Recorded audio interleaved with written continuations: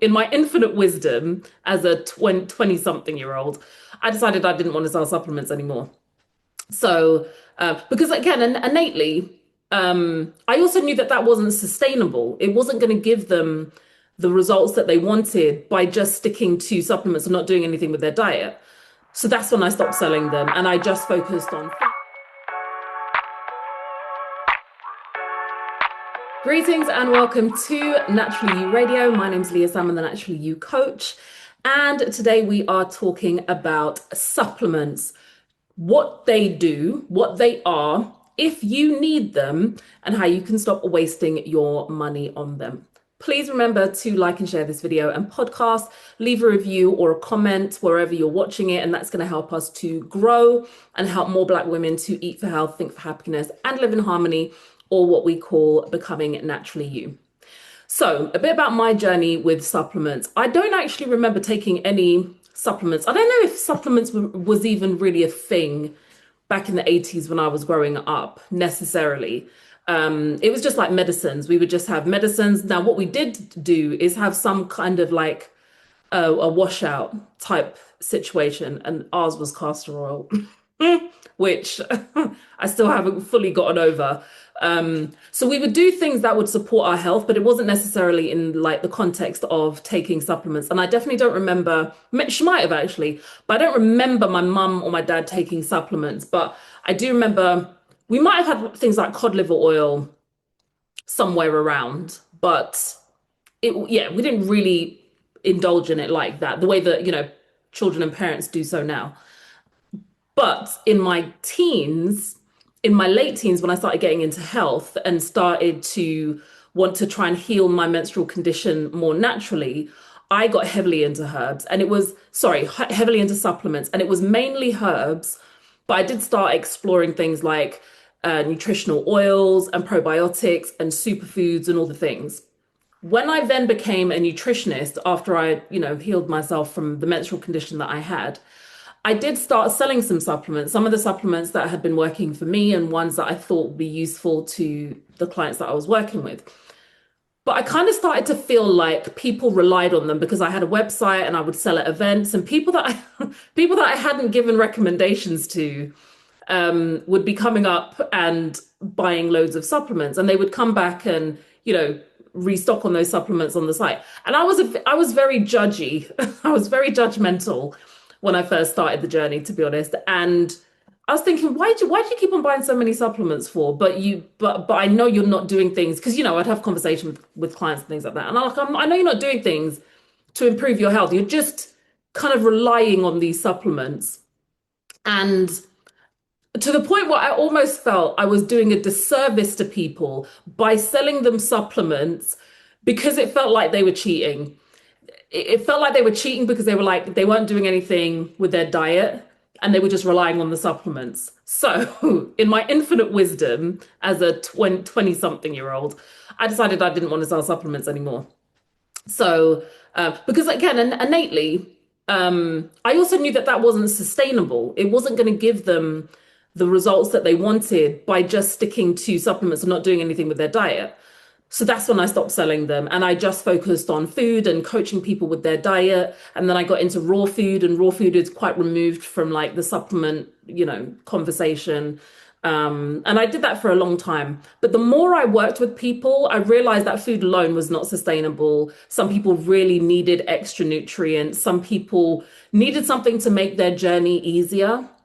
So I started giving more recommendations for supplements, because even like economically, people weren't able to afford to buy the amount of food and the types of food and the varieties of food that would, allow them to fulfill their health goals. But they could more affordably just add some supplements to help facilitate that process. And that did make it more sustainable, and it made their program more effective.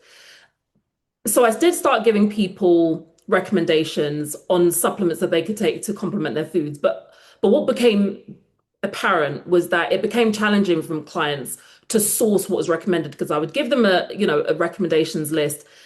They would have to get one thing from Amazon, one thing from Holland and Barrett, one thing had to get shipped in by a particular company. And it just became a bit, challenging for my clients. So to make things easier, I started selling and this was like, there was a 10-year gap where I didn't sell products, but I did start recommending, sorry, selling the products that I was recommending.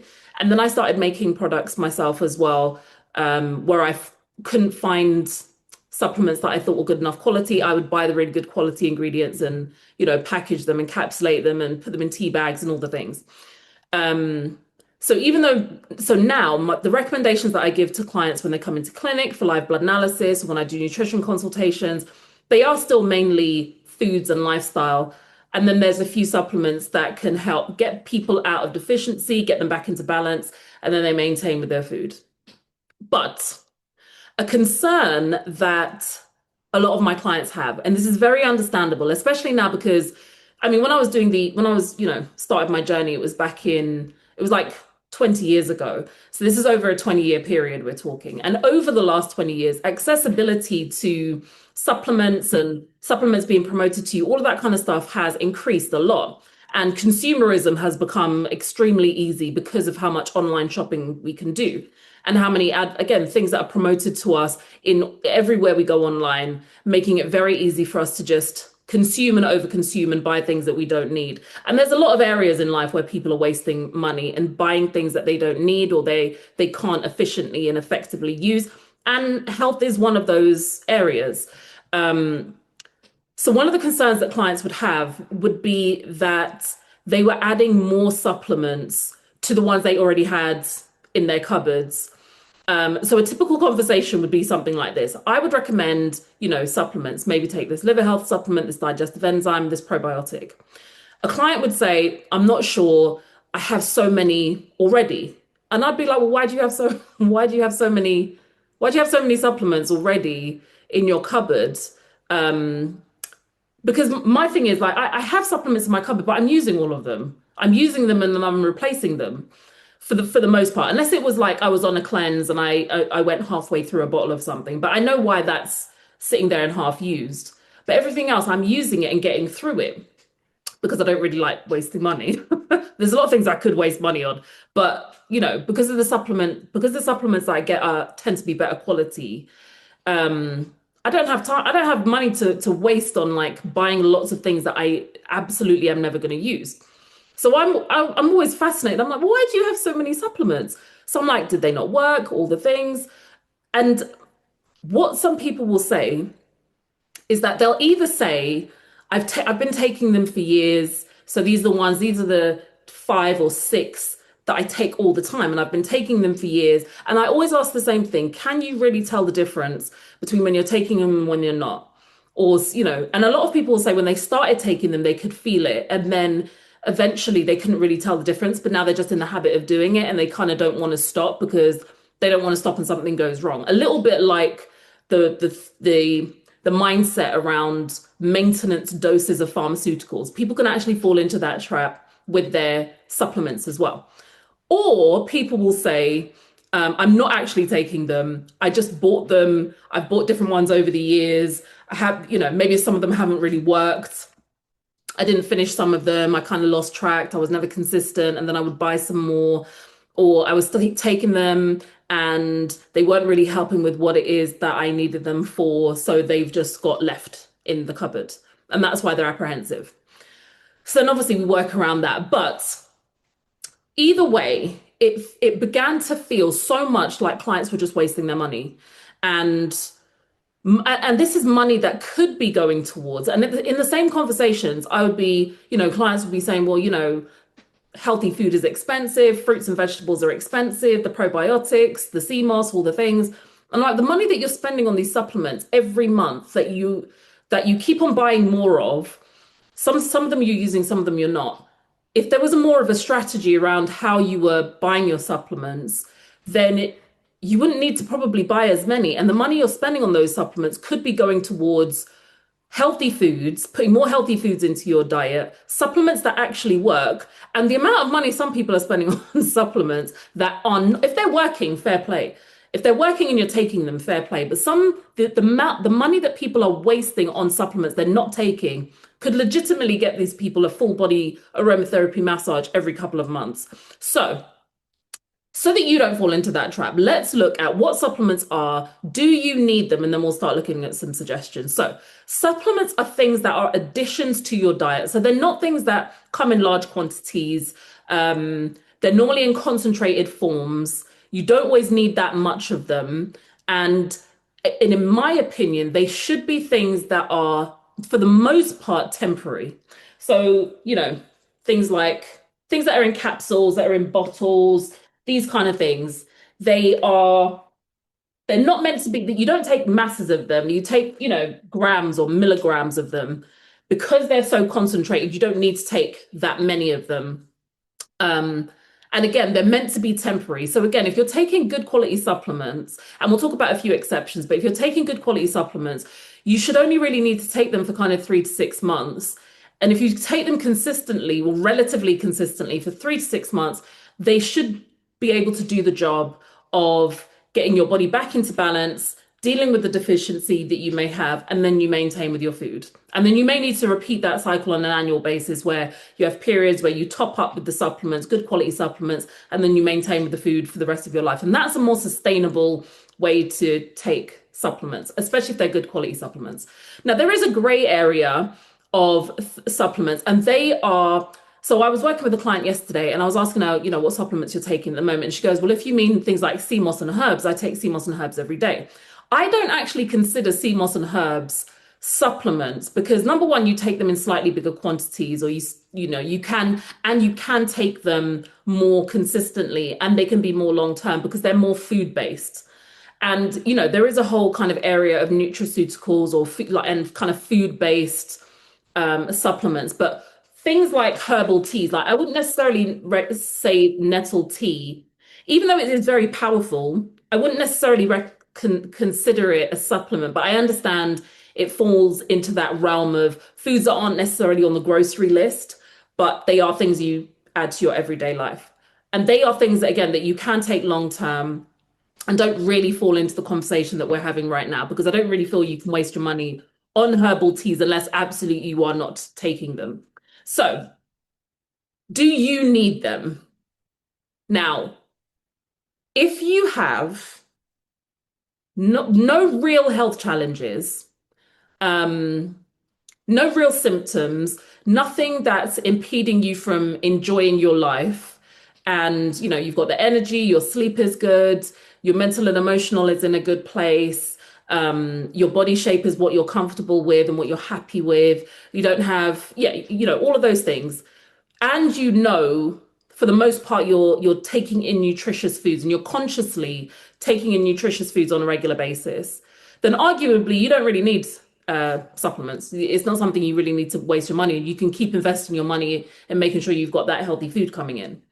Unless you want to do it preventatively, and then you just choose some preventative, things that keep your levels topped up, and then you do things preventatively, but it's not like you absolutely need to do these things. And everyone is susceptible to things. We go through stages and phases of life. Like, work can get a bit stressful, family can be a bit stressful, you might go on holiday and get something, you've got to recover from it. So all those things. No one lives in a vacuum. So I understand even if someone is in a good health state, they still want to take supplements. But again, just making sure you're taking ones that are not breaking the bank and that are actually effective, and then fair play.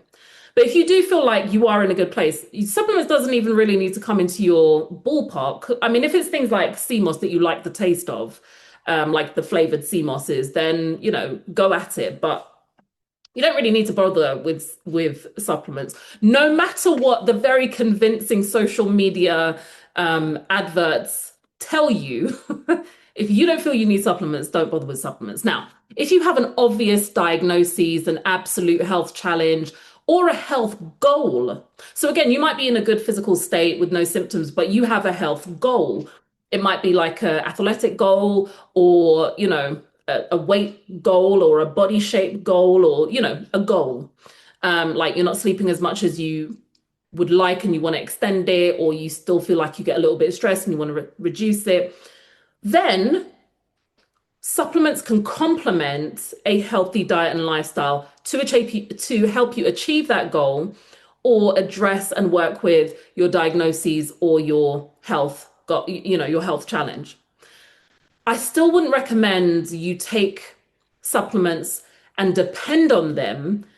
You would take specifically what you need for a certain amount of time to achieve the goal that you want. So if it's reducing your blood pressure or stabilizing your blood sugar or getting better readings on your cholesterol test or getting down to a certain weight, or improving your energy to the point that you can XYZ, whatever it is, then taking supplements in that instance does absolutely make sense. And taking the supplements that you know are going to help you achieve your goal as opposed to it being random. Because, people are like, well, this person's taking magnesium, so I think I should. That person's got a zinc spray. I think I might benefit from a zinc spray.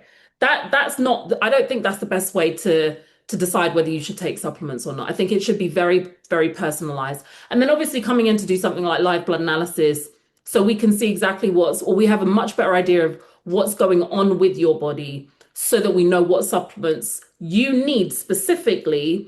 That's also a good way around it. But a lot of us already kind of know what it is that we want and need. And then that can be how you decide what you're going to get. A few tips when it comes to supplements. So some things are good to take in cycles. So part of our culture, so my parents are from the Caribbean, part of my culture in a lot of cultural families is that washouts used to happen. Like there would be a little washout you would have at before you went back to school or at the end of school term. Again, like I said at the beginning, I don't know if I mentioned this at the beginning, but we had castor oil, which was and I'm still recovering from the castor oil. Yeah, so we would have castor oil. I think my husband's family had like milk of magnesia. There were things that would be done because it was acknowledged that toxins build up in the system and periodically you need to get rid of them. But cleansing isn't something I think people need to do consistently. And I do have a bit of a bug to bear with cleansing because I feel sometimes people are made to feel bad, so bad about their current condition that cleanses is like easy to sell people.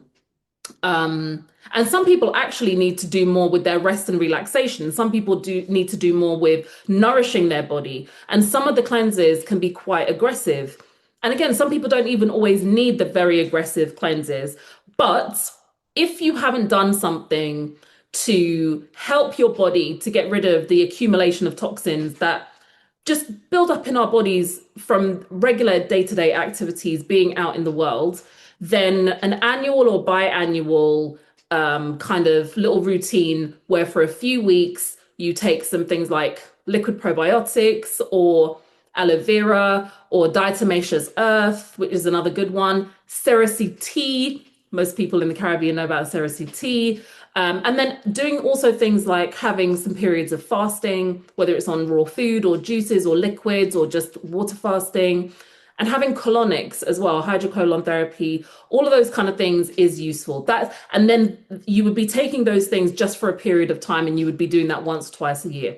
And having it at a time when you can remember. So you do it every, the beginning of every summer or every autumn or every like New Year's. I remember when I went to go and get my hydrocolonics done and I asked when I should come back. And she said, it's good to kind of do it with the seasons when you feel like, when you feel like there's a season change, coming into autumn, coming into winter, doing it like that. So it's not something you would do consistently, or if you feel like you've been really run down, your diet's been really poor and you want to get yourself back on track, that can be your time to focus on it.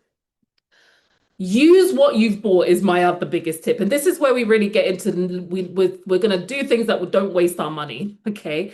So use what you've bought. If you do buy products for a reason, either they've been prescribed to you or you've decided to get them, finish them before you buy anything else. So you don't end up with this backlog, this cupboard full of products that you're not using and you haven't used, and therefore you're wasting your money. The other benefit of finishing what you have is that you finish them so that you give them a chance to work, because some of these nutrients need time to build up in your system. I'm not talking about taking things for years, but at least kind of 8 to 12 weeks for most things, especially if you're particularly deficient. Even if you feel the benefits of things like molasses, taking molasses and Spartone, Moringa capsules was the one for me that I know is such a Moringa capsules and Shilajit. When I started taking these and the mushroom blend and nettle tea, in fact, these ones are the ones that I feel the most impact from initially. But even though I feel great for the first, when I first start taking them, I know that I still need to take them for some time for them to build up in my system. So do give them time to work. And you give them time to work by being relatively consistent. So even if you're not taking things every single day, even if you're taking them 5 days a week, you'll still get through them and give them an opportunity to work in your system. Because some people will buy something else thinking what they have doesn't work, but they just haven't given it time to work. And how you become more consistent with them is by making them part of your routine, making them an easy part of your routine. So you have a little breakfast routine where you have, your liquids and your probiotics and things like that first thing in the morning, and they're just all somewhere where you remember them. One of the things that I've been recommending a lot of clients do that seems to work with being more consistent is adding things to their water. So a few clients recently have commented that it really helped them stay consistent. So every morning they will fill up their like 1.5 to 2 liter water bottle, and into that bottle they will put their vitamin C powder, and one of my clients is on chlorella powder because actually two of my clients are on chlorella powder because they're getting mercury fillings removed. So putting some chlorella powder in the water, some moringa powder in the water, vitamin C powder in the water, giving it a good shake and drinking that throughout the day. And that's another way they add it to their routine to make it consistent so that they're consistent with it. If you have things that you're meant to have in the evenings, then putting them near the seasonings, if you're having them with dinner, putting them next to your bed, if it's things you're meant to have like last thing at night, putting them next to your teas that you have, at lunchtime, if it's something you're meant to have in the middle of the day, because habit reforms nature. And once you get into the habit of doing these things, then, it becomes more consistent and you're more likely to get the benefit. A few good products is better than having bottles and bottles and bottles of ineffective, cheap junk.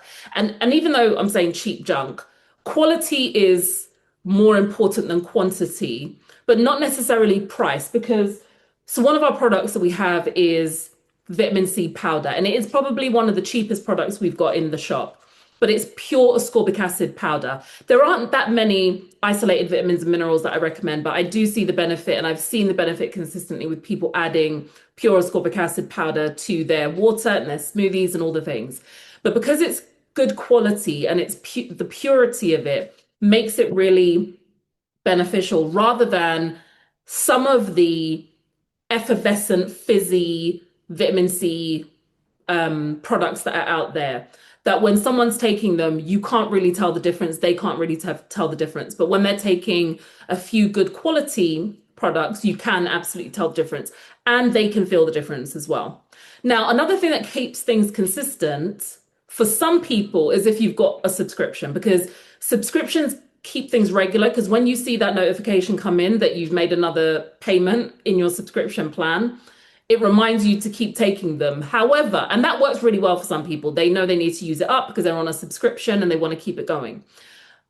But if you are the type of person who has got gym membership and you've had it for a while and you still don't go, then having products on a subscription may not work for you, because you may just end up with bottles and bottles of things that also are not being used. So, understand what is going to work out, what you think is going to work for you, making things more consistent. And then you've got a better chance at not wasting your money, because you'll only be buying the things that you are taking and they're going to work.